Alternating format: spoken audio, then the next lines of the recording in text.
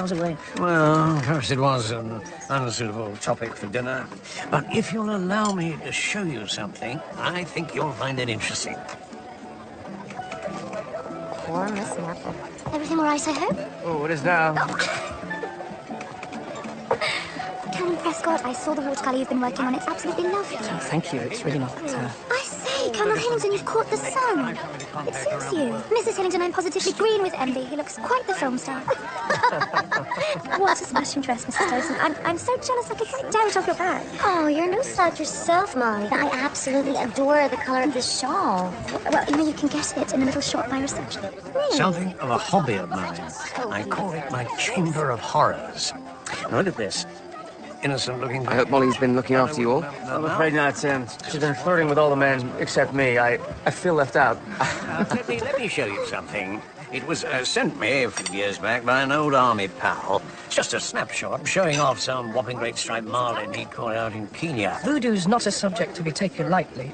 It acts as a slow poison affecting the whole of society. Well, a letter arrives from my chum. I come here every year to try and help educate people. I always stay here. Molly Kendall is a wonder. So kind. Saying that someone in the background was probably a murderer who got away with it, not once but twice. Now, here we are.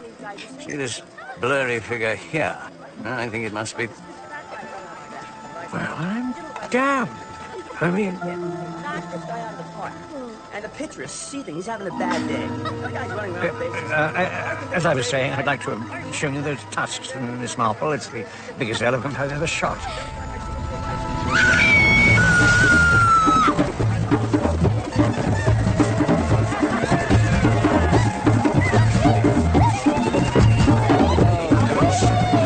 Here you go, Major. It's all yours.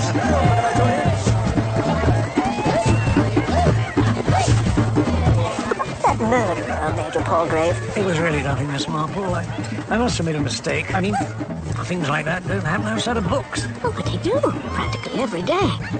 If a murderer gets a formula that works, they won't stop. They go on with it. Like Lucretia Borgia. Oh, the brides in the bath. I'm so sorry, Major, but we need to find Miss Marple a seat. Oh. Forgive me, but I think you've heard quite enough from our resident bore. Thank you, Major Palgrave. Oh, thank you. Well, this is jolly, isn't it? Not my sort of thing, I'm afraid, all this leaping about and carrying on. You know, the Major's not so bad. He's old and lonely and likes to remember when he was young and happy. Well, he shouldn't drink so much. He has high blood pressure. He does look a rather alarming purple colour. I think it's a race between him and old Mr. Raphael to see who will drop off their perch first. The old vulture is fantastically rich.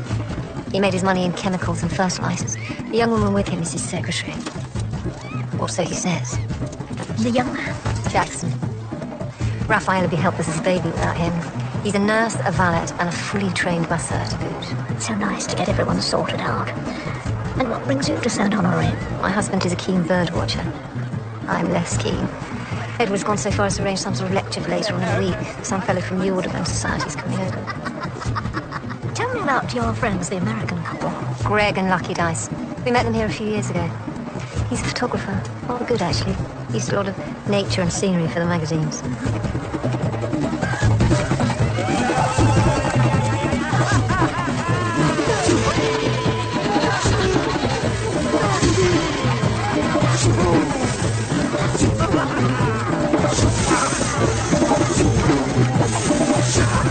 Think our turns here now. Rather overdone the old firewater, I fear. Yes, I'm not feeling 100% myself. Oh. Excuse me. I say, Major Palgrave.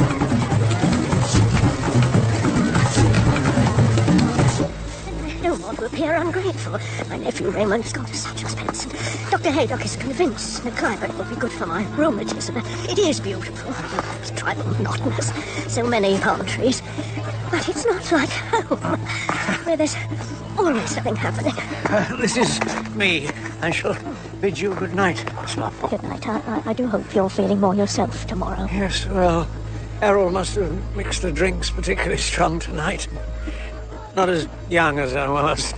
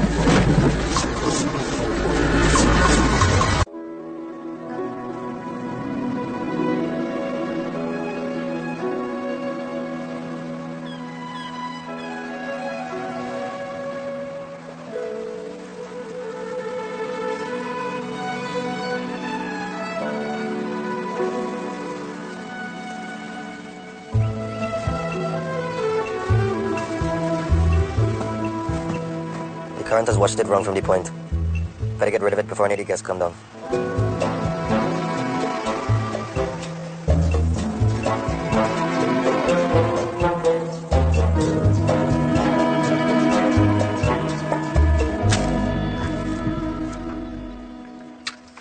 It's not all fun and games, is it? Well, you can't have anything for nothing, can you? You certainly can't. Do you think it's going to be all right? We're making a go of it, aren't we? You mustn't worry so. You don't think people are saying it's not the same as when your folks are running the place? Don't be silly. We're a great team, you and I. As long as you think so.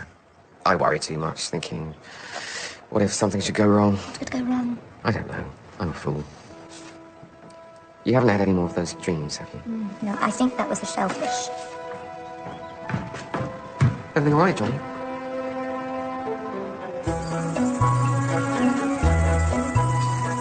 Good morning, miss. Another perfect day in paradise. Oh, indeed. My dear, anything wrong? Well, you'll have to know. Everyone will have to know. Poor Major Palgrave died in the night. Oh, dear. Oh, I am sorry. Of course, he was quite old. And he had high blood pressure. I suppose he has been examined by a doctor. Mr. Raphael's nurse found him. Apparently, he'd arranged for a massage this morning. And the local people have just been to give him a death certificate. It all seems quite straightforward, but it's terribly worrying for me and Tim. There's no need to fret.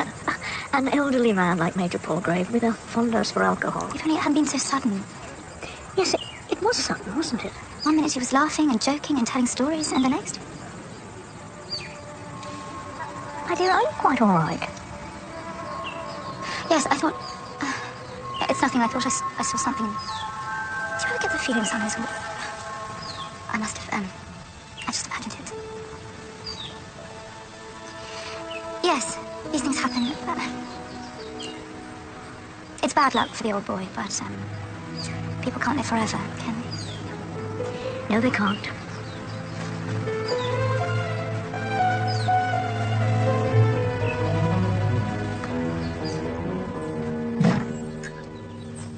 What do you mean by barging in here? Can't you knock? I'm sorry, sir. I did knock. I thought you might... Are you all right? Errol's drinks can have a powerful kick. Oh, no, I'm not, I have an upset stomach, that's all. Oh, poor you. Sorry to shout like that. I'm all out of kilter. I think I must have had a bad prawn last night.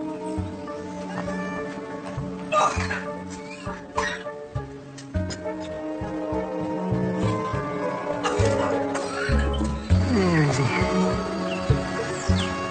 There he is. Oh, yeah, look, there he is. Feel very careful, you'll spot him. He's a light, dun colour, extremely well camouflaged. Look. It got me. Oh, lucky, you really must try to be a little quieter. Hey, Greg. Take my picture. You never photograph me anymore. I only try to take pictures of beautiful things these days. Oh, aren't we comical? Yeah. He's over there in the swizzle stick tree. Ed, your wife is right. This is all too boring. There goes my lucky charm. You still love her, Greg. Ed, you may know all there is to know about birds, but you don't know the first thing about women, and you don't know the first thing about Lucky.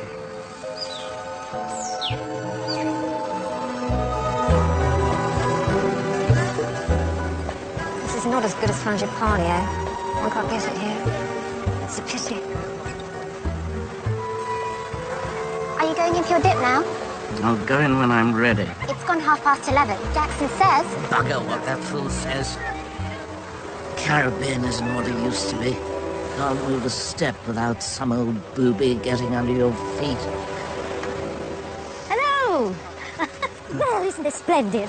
Splendid. I suppose you've heard the sad news. My man Jackson told me all about it. The poor Major. A ghastly old bore. He needn't have died if he'd looked after himself properly. Come now, Mr. Raphael. Well, look at me. The doctors gave me up years ago. If it wasn't for Jackson, they might have been right. Besides, Major Palgrave had high blood pressure. Who says so? He was very red in the face. So what? I said to him once, you've got to watch your blood pressure. He said he had nothing to look out for in that line. His blood pressure was very good for his age. Men never like to admit there's anything wrong with them. Poppycock.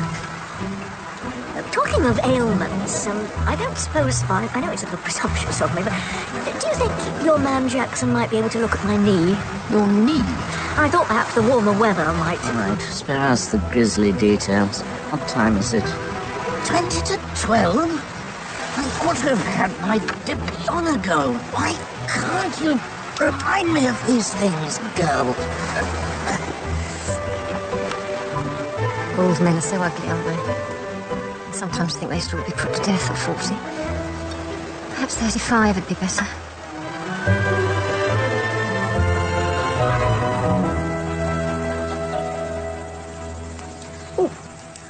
The miss isn't very bad.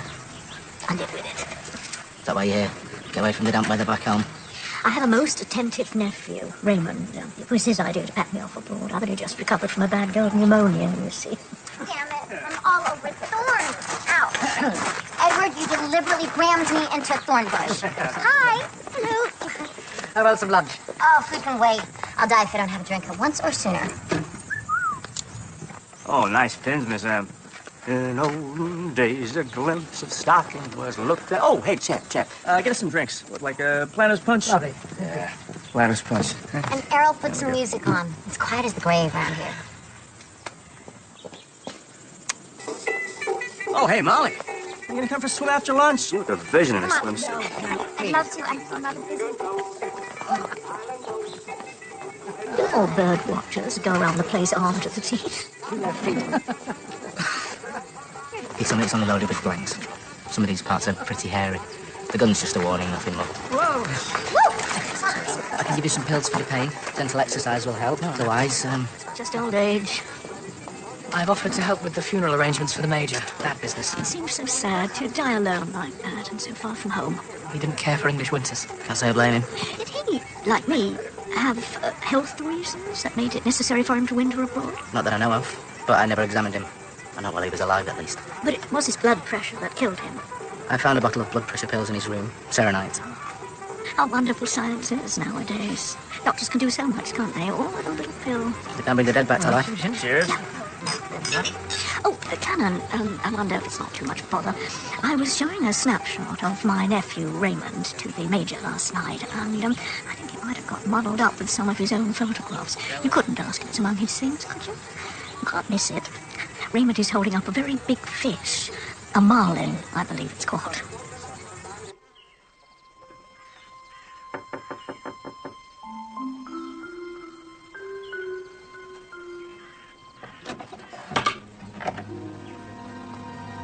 Hello?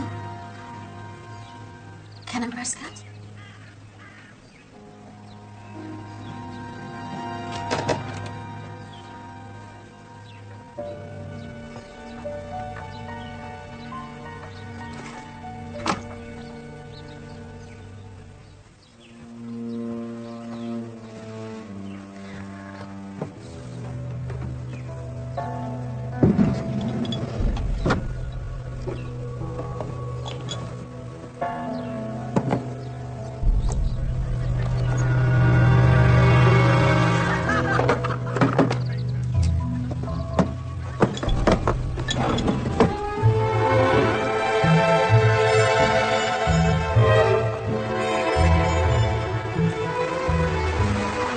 You're back then?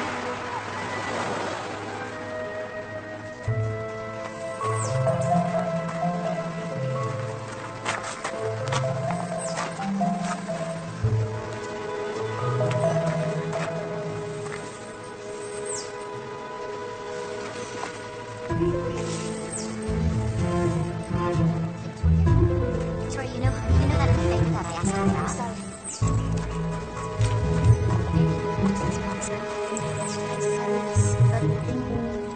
I will make it worth your while. Just keep the others. I'll get it myself.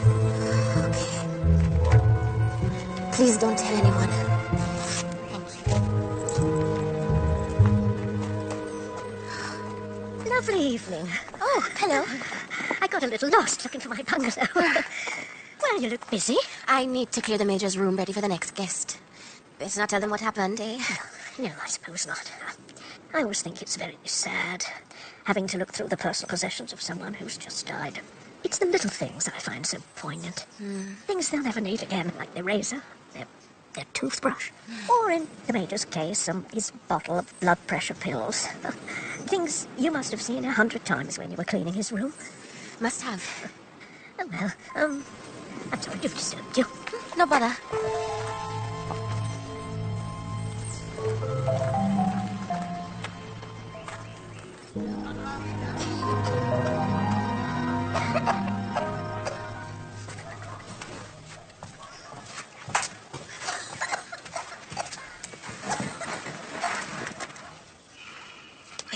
What do you want? It's not morning. Wake up, man. I need to talk to you. What's worrying you again?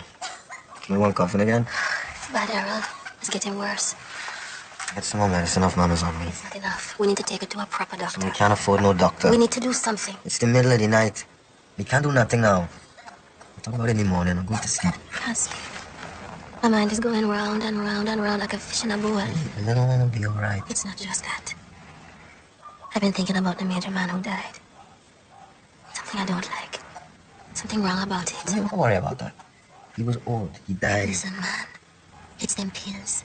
Them pills in his room. There's something wrong there. Leave it. Don't go looking for trouble. It's their business. It's got nothing to do with us.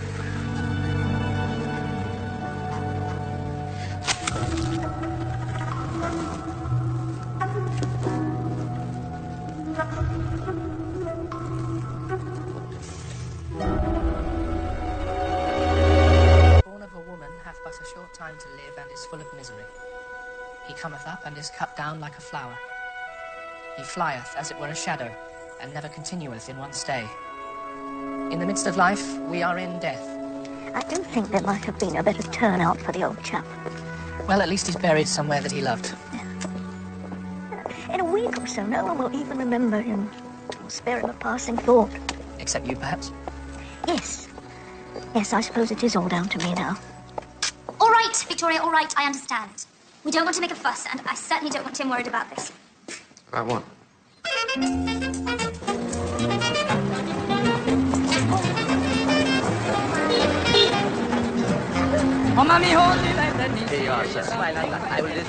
Well, I'm sorry to say we could find no trace of your marlin photograph among the Major's things. Plenty of pictures of slaughtered animals, but no fish, I'm afraid, large or small. Never mind, I'm sure I can get another print. Well, here's to the old fellow. He was something of a fixture at Golden Palms. Won't be the same next year. In a funny way, I think I'll miss all his stories. Do you recall what he was talking about at dinner the night he died? A lot of silly stuff about voodoo. I mean, after that. I must confess, I wasn't really listening. I suppose he must have told you his stories many times. He had a store of them and a photograph to illustrate each one, whether it be some poor dead tiger or, you know. Duo? He loved scandal, gossip, anything to do with, you know, how should I put it? Sex. Oh, come now, Canon, I'm not a nun. Sex may not have been mentioned in my day, but there was plenty of it about. And enjoyed far more than nowadays, where it seems to have become a kind of duty. Not my territory, I'm afraid. Sadly, my church training taught me a great deal about the soul, but very little about the heart. Other than that, it's all a terrible sin, of course. So, talking of sin, did the Major ever talk to you about a murderer? I do remember something about a woman, a golden-haired Lucretia Borgia, who poisoned her husband and her lover, something like that. But as I say, I never really listened to him that attentively, and you couldn't see anything in the photograph. A woman? Are you quite sure? I may not know a great deal about men and women, Miss Marple, but I can still tell the difference. It all sounds rather idiotic, I know, but as far as I can make out, Victoria has got it into her head that someone put poison tablets in the Major's...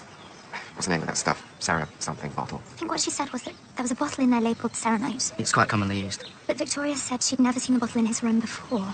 How do you mean? It's only turned up after his death. If they weren't his pills, could they have poisoned him? No, they wouldn't do anything. But I mean, if they weren't his pills, he wouldn't have taken them in the first place, would he? Of course not. How stupid. Victoria had us all thinking he'd been poisoned. Did the Major ever show you a photograph of a murderer? A murderer?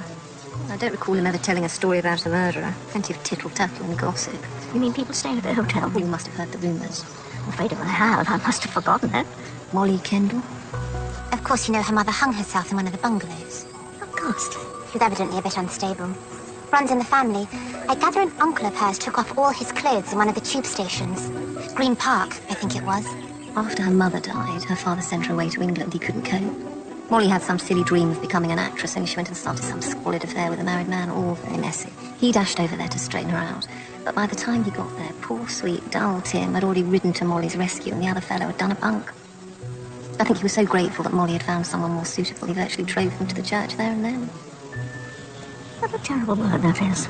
Suitable. You know how these conditions can sometimes make a woman, you know, go for the men, rather. You've seen how Molly is. Always flirting. And the way she carries on with that Rachel Errol. They grew up together. They were very close. Too close, if you take my meaning. Molly? Good Lord, no. There could never be any scandal or gossip about Molly. She's not that type.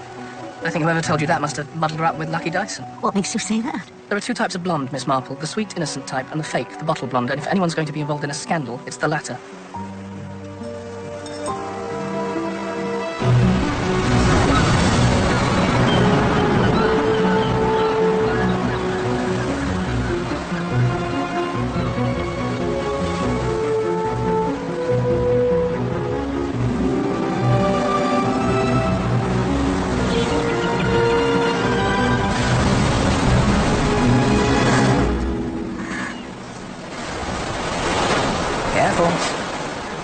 Going over. Ed, please, not now, darling. Well, when then? It seems it's not ever. I'm at breaking point. Don't be so overdramatic. Overdramatic? After what I've done for you? Lucky. Edward, wait. Stop it, Ed! Hi there!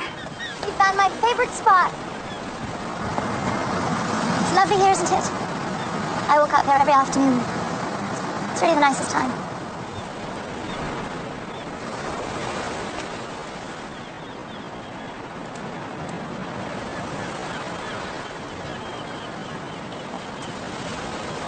Is everything quite all right? Yes. No, I don't know. What's the matter with me? I feel like I'm losing control. I'm just so terribly frightened. What are you frightened of, dear? Everything. Voices in the bushes. Footsteps. I see a dark figure in my dreams. Somebody hates me. That's what I keep feeling. Somebody hates me. Oh, darling. How long has this been going on for? I don't know. I can't remember. I can't remember anything. You mean you're having blackouts, that sort of thing? I suppose so. I mean, sometimes... Oh, say it's 5 o'clock. And I can't remember anything since about 1:30 or 2. Oh, oh, darling. Darling, you have to go and see a doctor. They can give you pills. I don't want to see a doctor. I won't go near one. Oh. Good gracious, it's getting frightfully late. I ought to be getting back. I can't leave Tim alone to cook myself.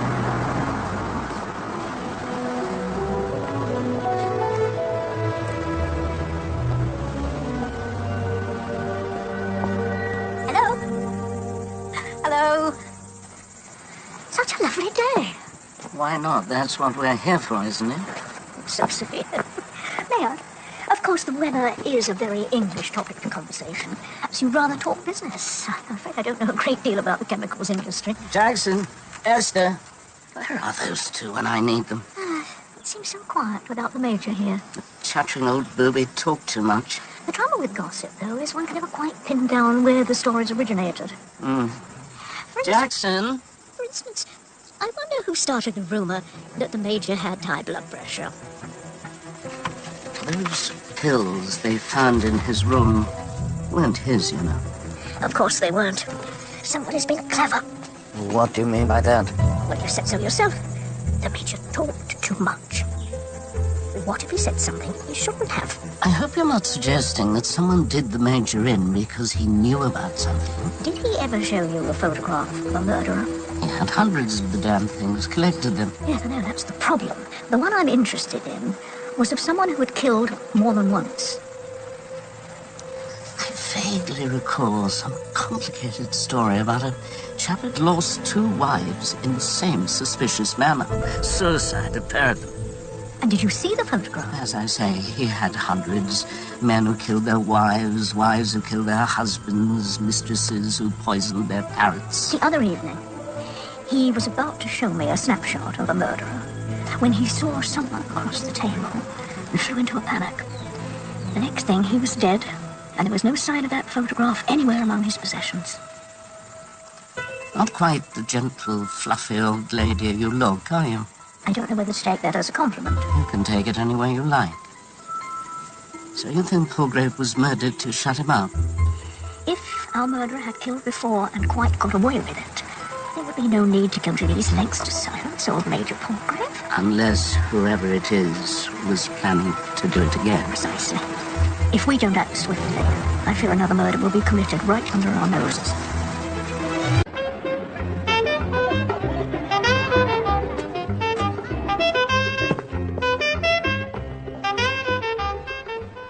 And you never saw the photograph of the murderer, Mrs. Marple? No. So you don't know if it was a man or a woman? I'm afraid not, no. And who certified the death certificate? Dr. Brown, I suppose. He didn't have any doubts, did he? He may have been influenced by the bottle of serenite tablets in the room. So you want me to believe that this person in this mysterious missing photograph planted the pills to make it look like a heart attack? They thought they could get away with murdering Palgrave just because he was old and nobody would care. Well, Miss Marple does care. I appreciate that. But if he didn't die of blood pressure, what did he die of then? It is possible that somebody put something in his drink. Something that would not leave any recognizable traces. Well, not everyone is so considerate as to use arsenic. With all due respect, it is a rather fanciful story. If you were to exhume the body and give it a proper post-mortem examination... Thank you very much for your suggestion, Mrs. Marple. It's Miss Marple, damn it. But we are a very busy police force, with more pressing matters to deal with. I suggest that the two of you go back to your lovely hotel and enjoy the rest of your holiday. You are not listening to us. The professional thing to do. The Saint Honoré Police Force has been doing perfectly fine without your help. Thank you very much, Mr. Raphael.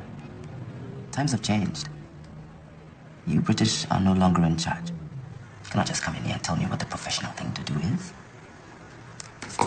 As I was saying, I'm busy. Oh, look here. No, let's leave before we have a real heart attack on our hands.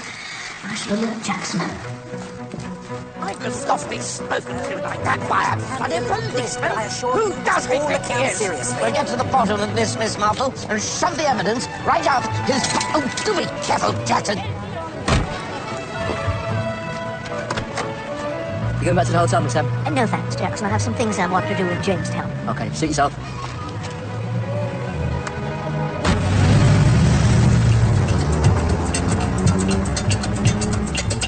I had a wife I used to treat her nice. Me and my wife used to live so nice. Tell Johnny come let his sweet mouth. He talk until he took her out. Oh, love misery. Wherever I meet Johnny, the people go sight to see. The bed for Johnny and the gallows for me. After Johnny done wear my clothes. After Johnny done eat my food. After Johnny done smoke my pipe. He died right round and he take my wife. Oh, love misery. Wherever I meet Johnny. First time he tried it, he was sick. And the second time, his hat blew off. Oh, right, I must be looking busy, Tim. Mr. Raphael will be wanting to take his dip. That's how you stick it, Johnny. Ah, you told lad. Likes to play up the crotchety old man routine. I'm used to him. Besides, he plays very well indeed, tell your mother. I was lucky enough to marry into it. Lucky's the word, Tim. She's a lovely girl, your Molly. Don't I know it? Oh, speaking of lucky. Yeah. All in all, the scenery around here is very agreeable. That's my taxi. Oh, my purse. I just keep losing the damn things. Cheers.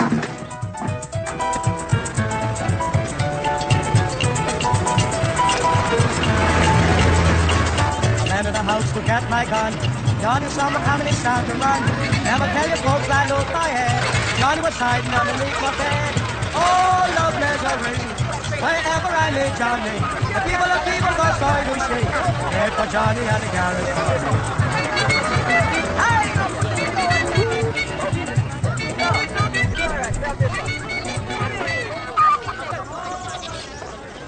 Where did you find this?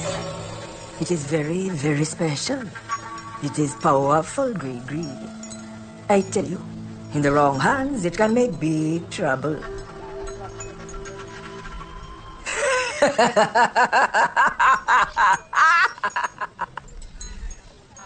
We make them for tourists. They stick pins in them. Did you find that at the hotel? Yes. How did you know? I saw you there. Have any of the other guests from Golden Palms been to visit you? Maybe they have, maybe they haven't. That is between me and them. I will tell you one story, Miss Marple, because it is about a dead man, Mr. Packard Witt III. He used to come see me when he visited the island. He wanted me to help him, let's say, keep up with his young wife. But then he stopped coming because he was dead, and she had married someone else.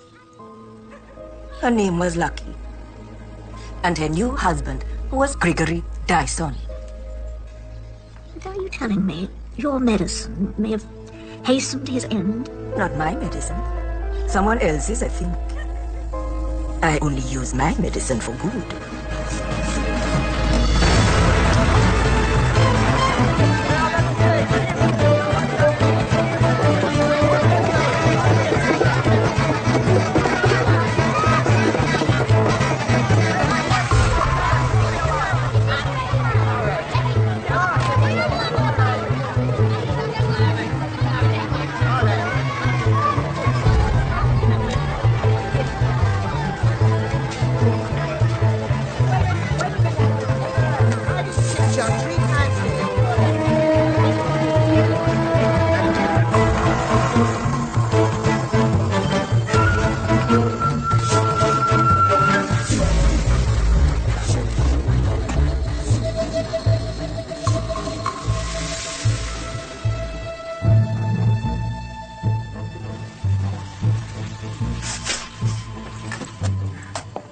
My pills, darling.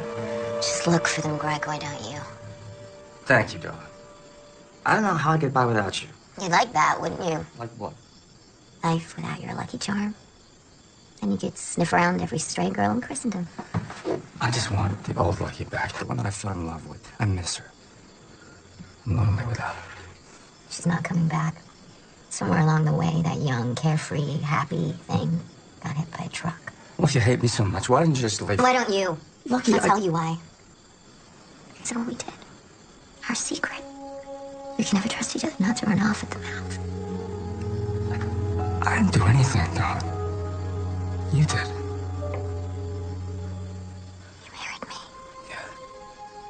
Do you really think that anyone would believe that you had no part in it? No, baby. This is it. And every time I look at you, I am reminded of what I did for love. Is there no way out?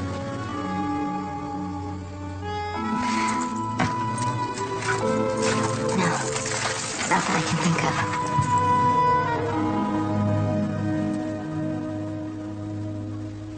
Oh, what's the bloody point? We must keep up appearances, darling. Oh, that's all I've ever done. Keep up appearances. I want to go home, Evelyn. Or leave Lucky. I've known all along. One like you are not a fool. Women tend not to be, despite what men like to believe. Greg, I imagine, is blissfully unaware of the whole situation. For my part, I'm prepared to carry on turning a blind eye. So I go back to England now. I don't want to fuel any more gossip, do I? I can't stick it any longer. You fell wildly in love with Lucky and now it's over, at least as far as she's concerned. No, there's more to it than that. There's something she made me do. If I don't get away from her, I swear I shall kill her. Quiet. I'm sorry. I'm so sorry. If I don't tell someone, I think I'll go mad. Look, it's bloody childish. I know exactly what you've done. You're transparent. But you will bury your dirty little secret deep in your heart and forget about it. I will not have you ruin your life. Why, what do you care? You don't love me. You never have. You've never loved anyone.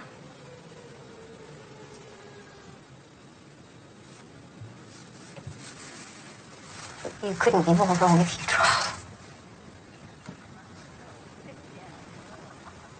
All I want is for them to be happy. Something I've never managed to achieve for myself. There will be no upset in their lives. No newspaper headlines, no unexplained tears at the breakfast table. They will be happy. It will always be summer for them, and I will do whatever it takes to make it so. I'm not like you, Evelyn. I'm not strong. Then let me be strong for you.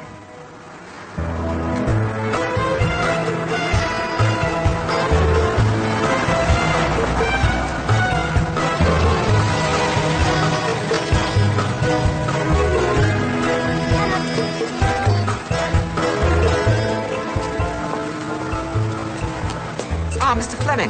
Welcome to Golden Palms. May I introduce you to two of our guests, Miss Esther Walters and Miss Jane Marple. Charmed, I'm sure. How do you do? This is Mr. Ian Fleming. He has a villa over in Jamaica. Mr. Fleming is a writer. Well, hello, Molly. I'm so sorry. Did I startle you, little girl? I didn't hear you coming, Mr. Dyson, so it made me jump. Mr. Dyson? We're very formal tonight. Tim and I think it's more polite not to be too handy with Christian names. And not even for old time's sake. Craig. Whoa!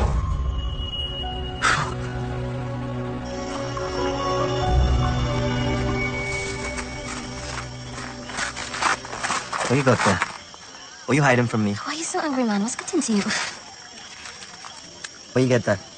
Huh? Where you get all this money? Ain't none of your business. You just give it. Where you get it from? A man gave it to me.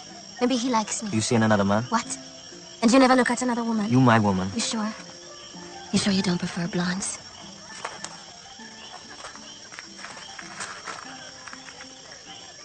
So, what do you write about, Mr. Fleming? Thank you very much. I'm working on a little spy story. Just a bit of fun. Trouble is, I'm stuck. I can't think of a suitable name for my hero. I usually find inspiration strikes in the most unusual places, Mr. Fleming. Let's hope it does. The police aren't going to be any use, so it looks like it's down to the two of us. Yes, I think you're right. So what do we have? The Major recognizes the killer in the photograph right in front of him, across the table. Who was sitting there, do you remember? Lucky and Greg Dyson, Evelyn and Edward Hillington, and behind them, Molly, Errol, and your man Jackson. Ah, Jackson. How long has he been with you? 5 years. Before that, he was out in Kenya with the army, medical corps. He left under something of a cloud. You're a very big marlin to be caught out in Kenya, I hear.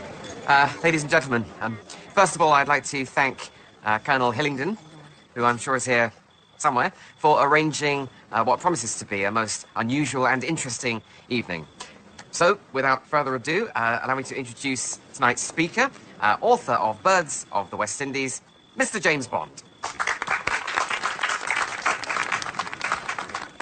Thank you. My name is Bond, James Bond. And tonight I'd like to tell you just a little bit about some of the fascinating birds to be found here in the islands from So, the... one of those 7 people was killed before, and they intend to do so again. Whoever it is believes they have a successful formula. So where do we start? Find the intended victim, and we find our murderer. That's an easy one. Yes? Proper typecasting. Sick man with too much money. forest and even guano cliffs. Guano? Bird droppings, pardon my French. They're very valuable as fertilizer. Now, some men might be drawn to the guano. I myself prefer the... Want to see you dead. There are several men in London who wouldn't burst into tears if they read my obituary in the Times. How about Esther, Jackson? Would either of them profit by your death?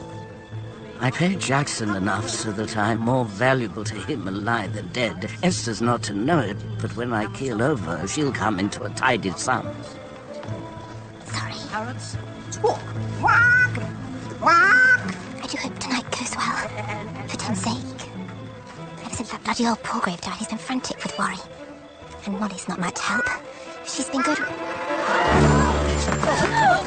Molly! I don't know. I don't know what happened. I don't know anything.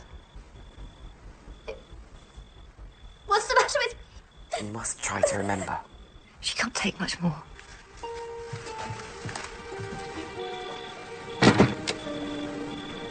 What did you see? I don't remember. I was going to meet someone.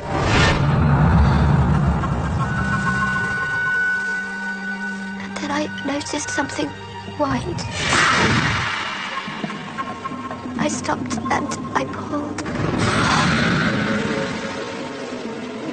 And I tried to raise her up, but I got blood on my hands. Oh, her face. Her face. Victoria!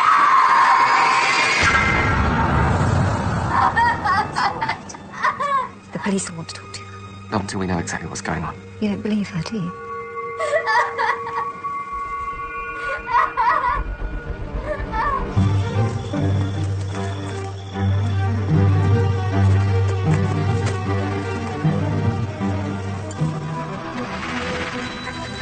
Who's there? Victoria?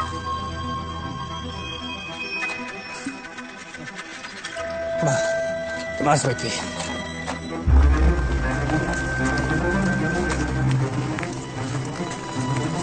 Found anything? Hopeless. We should knock it off and organise a proper search party in the morning. No. We keep looking. Can someone just tell me what's going on? What are we supposed to be looking for? It's Victoria, the maid. Molly thinks she's dead. There must be some mistake. We only just saw her now. You couldn't have. We did. Back along the path. Are you sure? Oh, can't be sure of anything in the dark.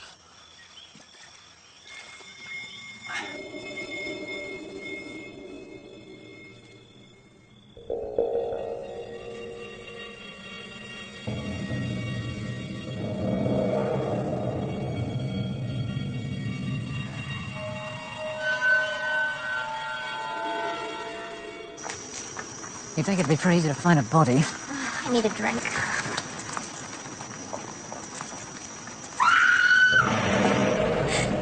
Molly, darling, what's the matter? In there. I saw her. Saw her? Saw who? In the mirror. I saw her. I saw Victoria. It's all right. I'll go in and look. Just try to calm down.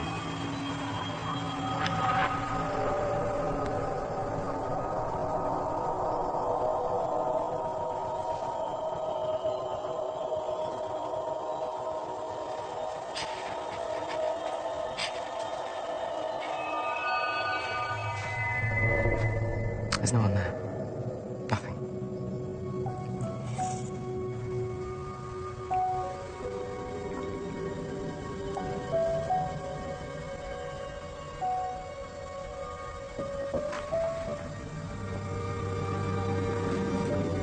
Did you take any of these, do you know?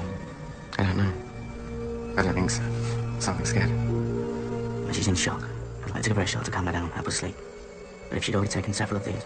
Several? You don't mean... You think she'd do something stupid? Don't leave her on her own. Watch over her. If she gets hysterical again, I'll give her something to knock her out for a few hours. Then she should be fine.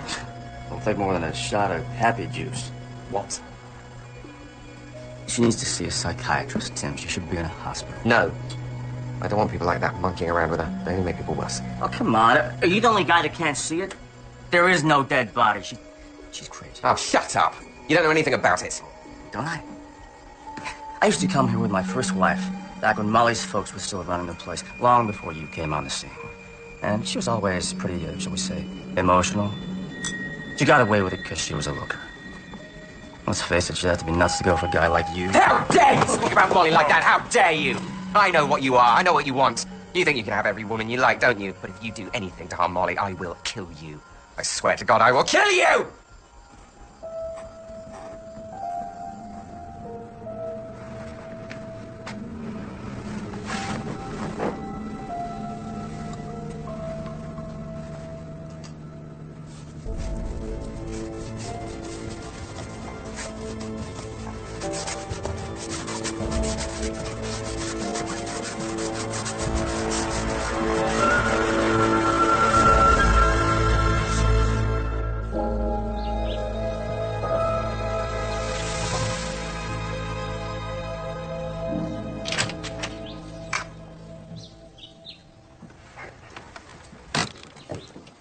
I wondered if you wanted relieving, Tim. There must be 101 things you need to attend to. Oh, thank you. Yes, you're a saviour. She hasn't woken all night. She's not mad, you know. There's just something in her past that haunts her. I gather you rescued her from someone unsuitable. Yes. Before I met her, there was a married man. It's true, he didn't treat her very well. She would never tell me who it was. She didn't want me to dwell on it. Well, don't worry. I shall guard her like a lion.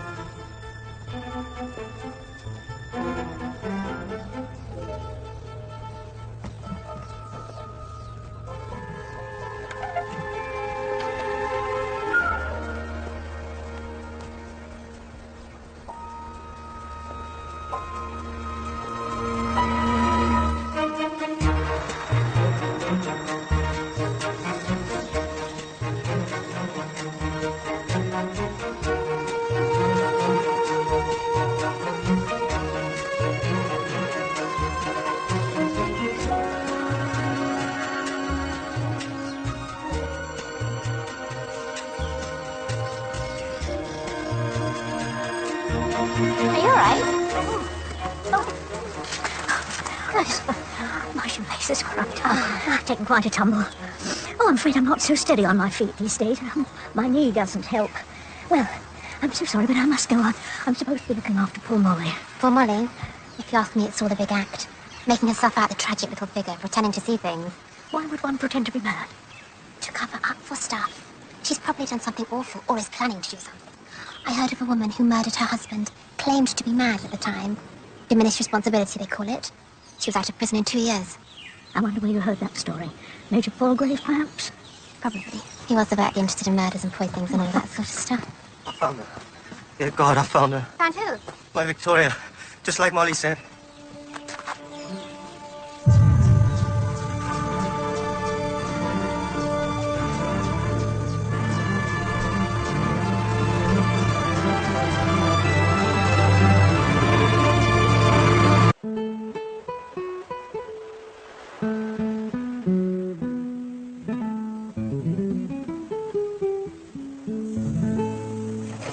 Calypso Island is calling.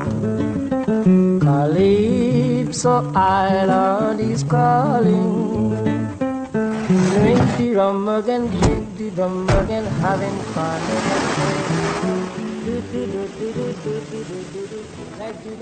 When do you suppose they'll let us leave? I'd imagine there are worse places to be holed up than in paradise. Mind you, having said that, it looks as though there's a storm elbowing its way into the party. Typical. We're supposed to be happy, and instead, we're miserable. I blame the Major. Everyone blames the Major. I have the evil eye. I'd make the sign of the horns every time I thought I was looking my way. Do you really believe in all that? Magic and voodoo? I don't know. I mean, that poor girl, Victoria. First she was dead, and then she wasn't, and then she was dead again. We have to stick to what we know to be true. I know a dead body cannot get up and walk about. It's a lot of overheated nonsense. The tropics has that effect. Many people would just behave.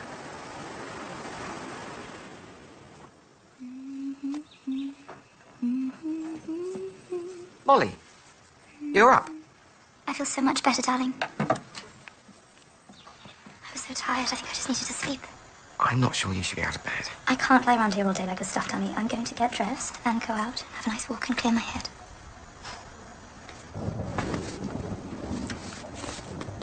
Oh, damn. You were seen arguing with Victoria before the murder. We always argue. She's a strong woman. She was. What did you argue about?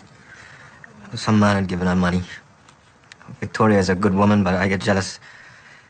She needed money for the child. The little girl is sick. We cannot afford medicine. Have you ever seen this?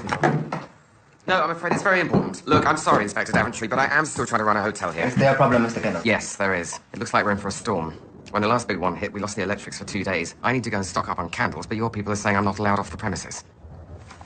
It's all right. Mr. Kendall can leave. But you come straight back. We'll need to talk to you. Right, thank you. We'll need to talk to your wife as well. Yes, obviously.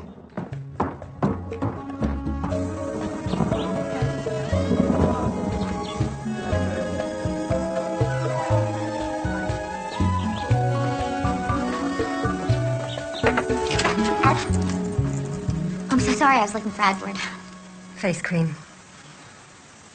It's very important for the skin. The salt water and the sun does dry it out awfully. Yeah. Oh, like you're busy and... You should use cream, Lucky. If I may say, you're looking a little rough around the edges. Thank you. I bear that in mind. Tell Ed... Tell him what? Oh, you know. Yes, I do know. I know everything.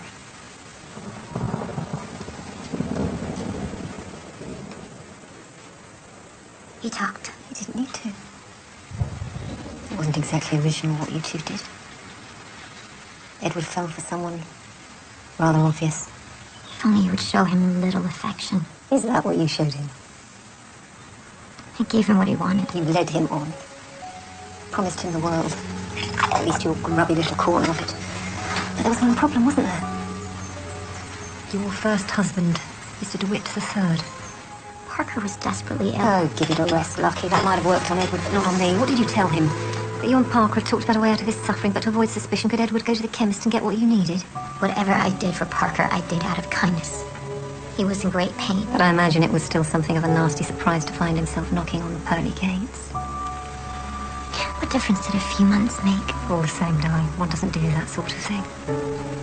What Edward did. And because of his guilt, you've used him like a dish rag to clean up every mess you've made. That is going to stop. Is that understood?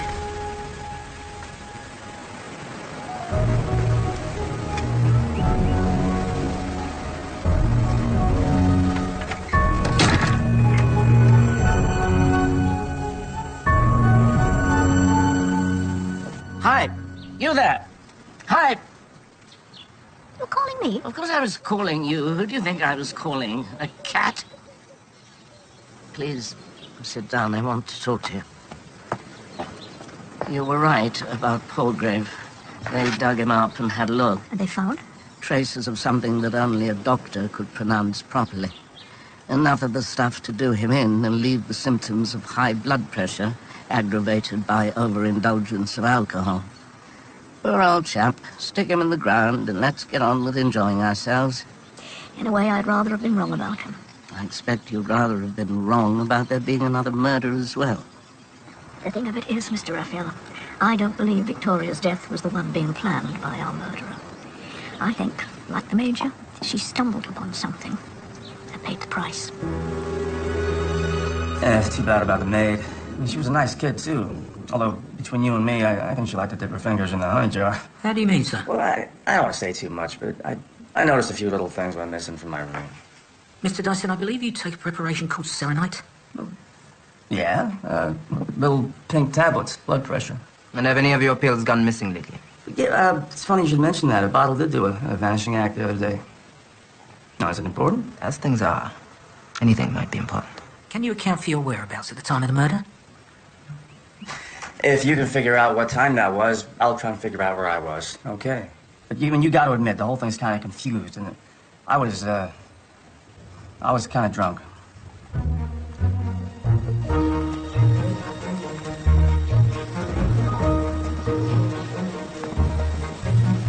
Your man Jackson is a snooper.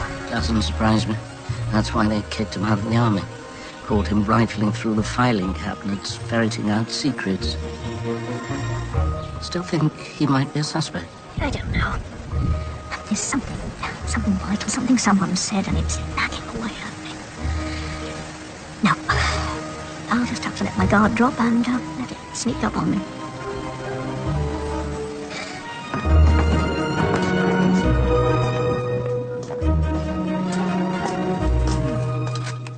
We'll carry on in the morning. What a day. Inspector, are you going to give me the 3rd degree? No. But I would like to offer you an apology, Miss Marple. There's really no need. The important thing is that you find the killer before you have another body on your hands.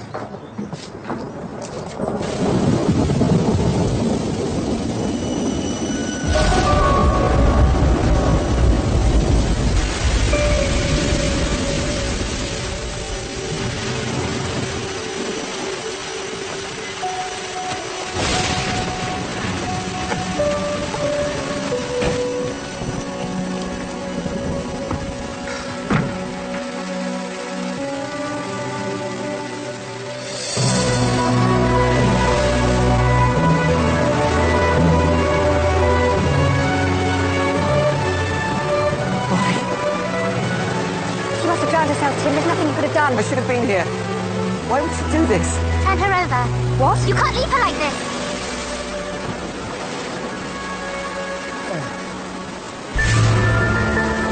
Lucky. She's marrying Molly Shaw. Oh, thank God.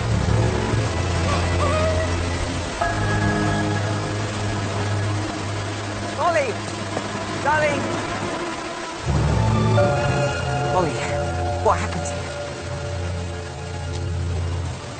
What have I done?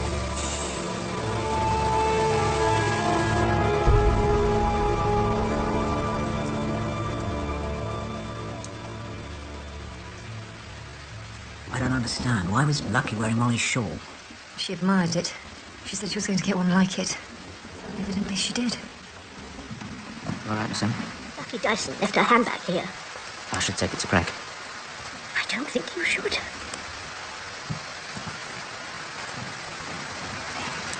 poison of some kind, or medicine?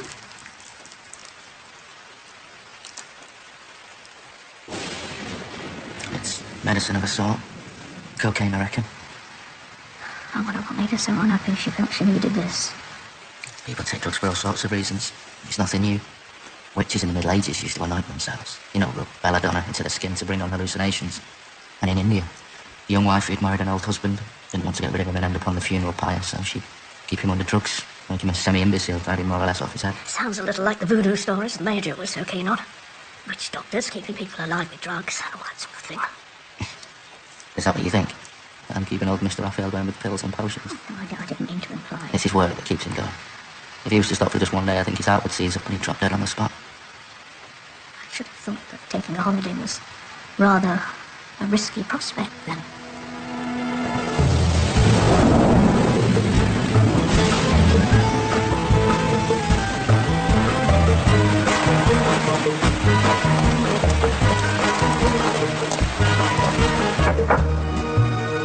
Yes?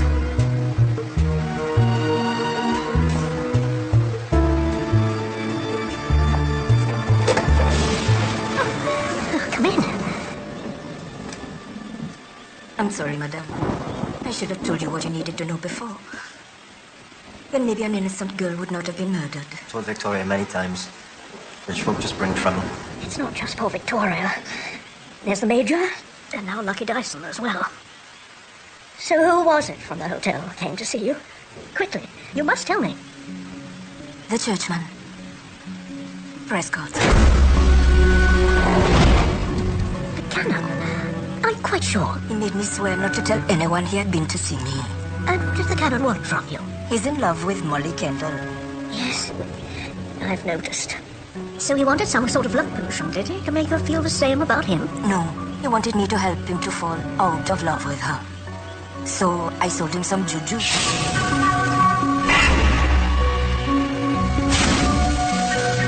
How far would he go, I wonder, to protect Molly? I didn't have him down as a suspect. He wasn't in the Major's line of sight at dinner.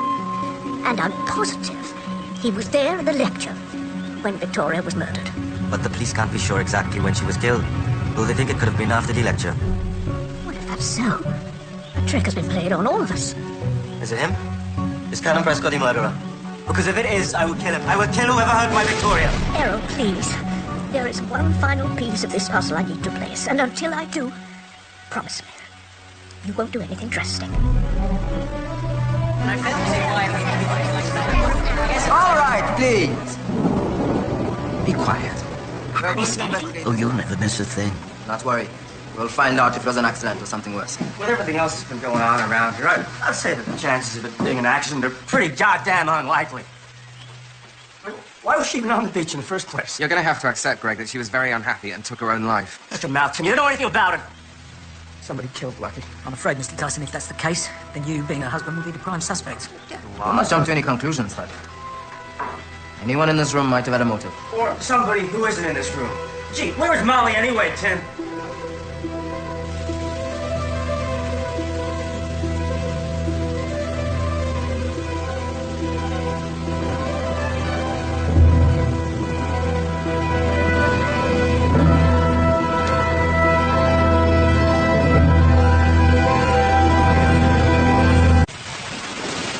Lucky's dead, and I know perfectly well who killed her. You're gonna have to calm down, Greg. This really isn't helping. Lucky. She wasn't really, was she? Maybe she was right about the Major and his evil eye. His evil eye? His eye? Of course. I've been foolish, so very foolish. I ought to have known from the very beginning what this was all about. It's so simple. I mean, let's face it, folks. There's only one person in this hotel unhinged enough to kill 3 people. You better watch what you're saying, Greg. Your goddamn crazy wife, Tim! I want you, Greg! I want you! Grow up, Tim, for goodness sake! Please calm down, Mr. Kendall. Why? What's the point? My business is ruined. It won't survive this scandal. And Molly... Why doesn't anyone say it? What we're all thinking. Molly was carrying on with a married man before she met you, Tim. The Major must have known all about it. It was quite obviously Greg. And now Lucky's out of the way, she's free to marry him. Please. She doesn't know what she's been doing. She doesn't mean it. She needs help, Tim. We'll need to talk to her, Tim. Yes, I understand. But please, let me see her. It's 5 minutes. 5 minutes. Well, what do you say, Miss Marple? Looks like they've solved the whole thing without you.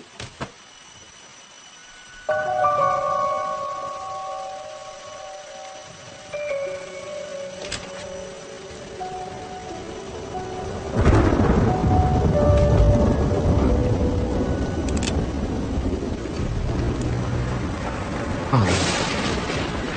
Molly, darling, it's me. Tim. Tim. It's all right. It's all right now. It's over. You must do the right thing, Molly. No, Tim. You must. No more bad dreams. Just pull the trigger, and it's finished. Please, Tim, I don't want to. Pull it, you silly little bitch! That's enough. Oh, thank God.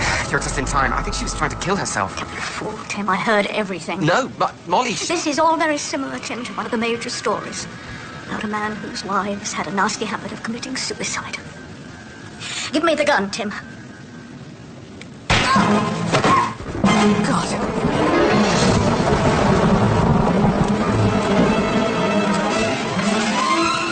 Molly's gone insane. She's shot someone. No, Tim. I always knew that Molly was the intended victim. But up till now, I wasn't absolutely sure who the killer was, so I asked Errol to change the bullets in your gun for some of Colonel Hillingdon's blacks. Just in case. I think we found our murderer, Inspector.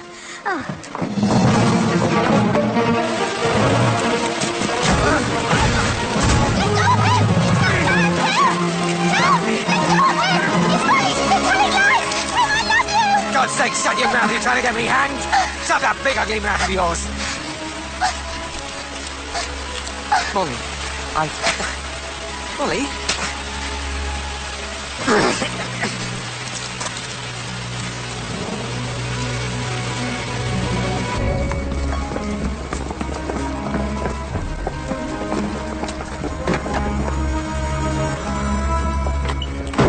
There was never anything wrong with you, dear. Tim has been drugging you. He put something in your face cream that would give you dreams and hallucinations. And he left this around, didn't he? Give you ideas. Yes, he was good at that, giving people ideas. The thing you feared, it was him, but he won't scare you anymore, and you have friends, Molly. People who love you. It's all over now. All over.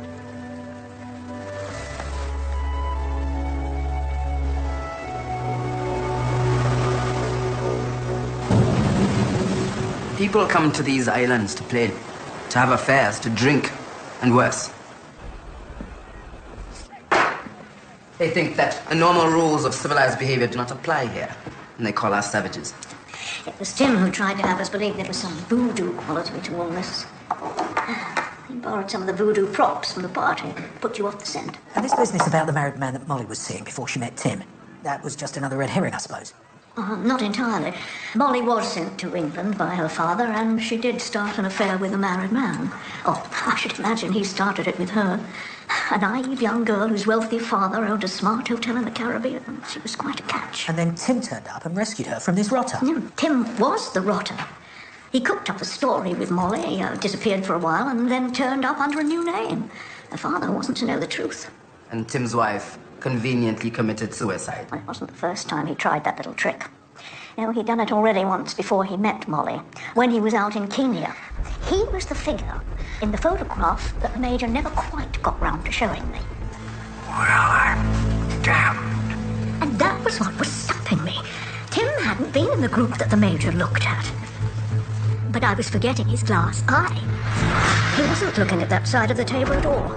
He was looking straight at Tim. And Tim knew. It was Tim in the Major's photograph. He was the murderer who killed before. And it wasn't just Molly he had in his sights. When Tim discovered how much money Esther stood to inherit, he decided she'd make a most suitable wife number 4. And fearing that the Major would upset his plans to do away with Molly, went to work, leading us on a trail of misdirection that would end up with the poisoning of poor old Major Palgrave.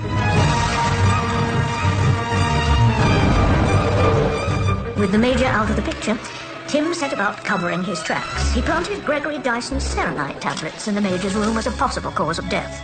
The maid, Victoria, realized there's something not right with the pills. She desperately needed money for her sick child, and Tim offered it to her if she would go along with his plan to shake up Molly.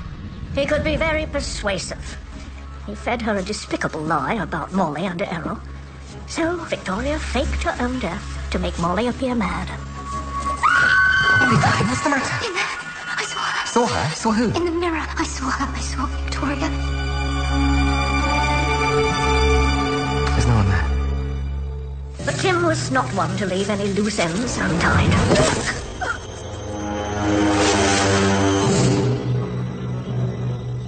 And of course, he had the perfect alibi since he was at the lecture at the time of her fake death. How did he manage to drown Lucky when he was nowhere near the hotel? And for that matter, why did he drown her? Sadly, that was a mistake. She was in the wrong place at the wrong time. Poor, tragic Lucky Dyson, who turned to drugs to obliterate her guilty conscience. Tim knew that Molly loved to walk up to the point every day. What he didn't know was that it was also Lucky Dyson's favorite spot.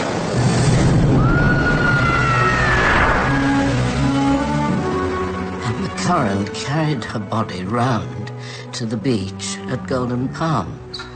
It was very clever. On the contrary, like most murderers who have got away with it once, he was stupid. Stupid and overconfident. We always catch them in the end.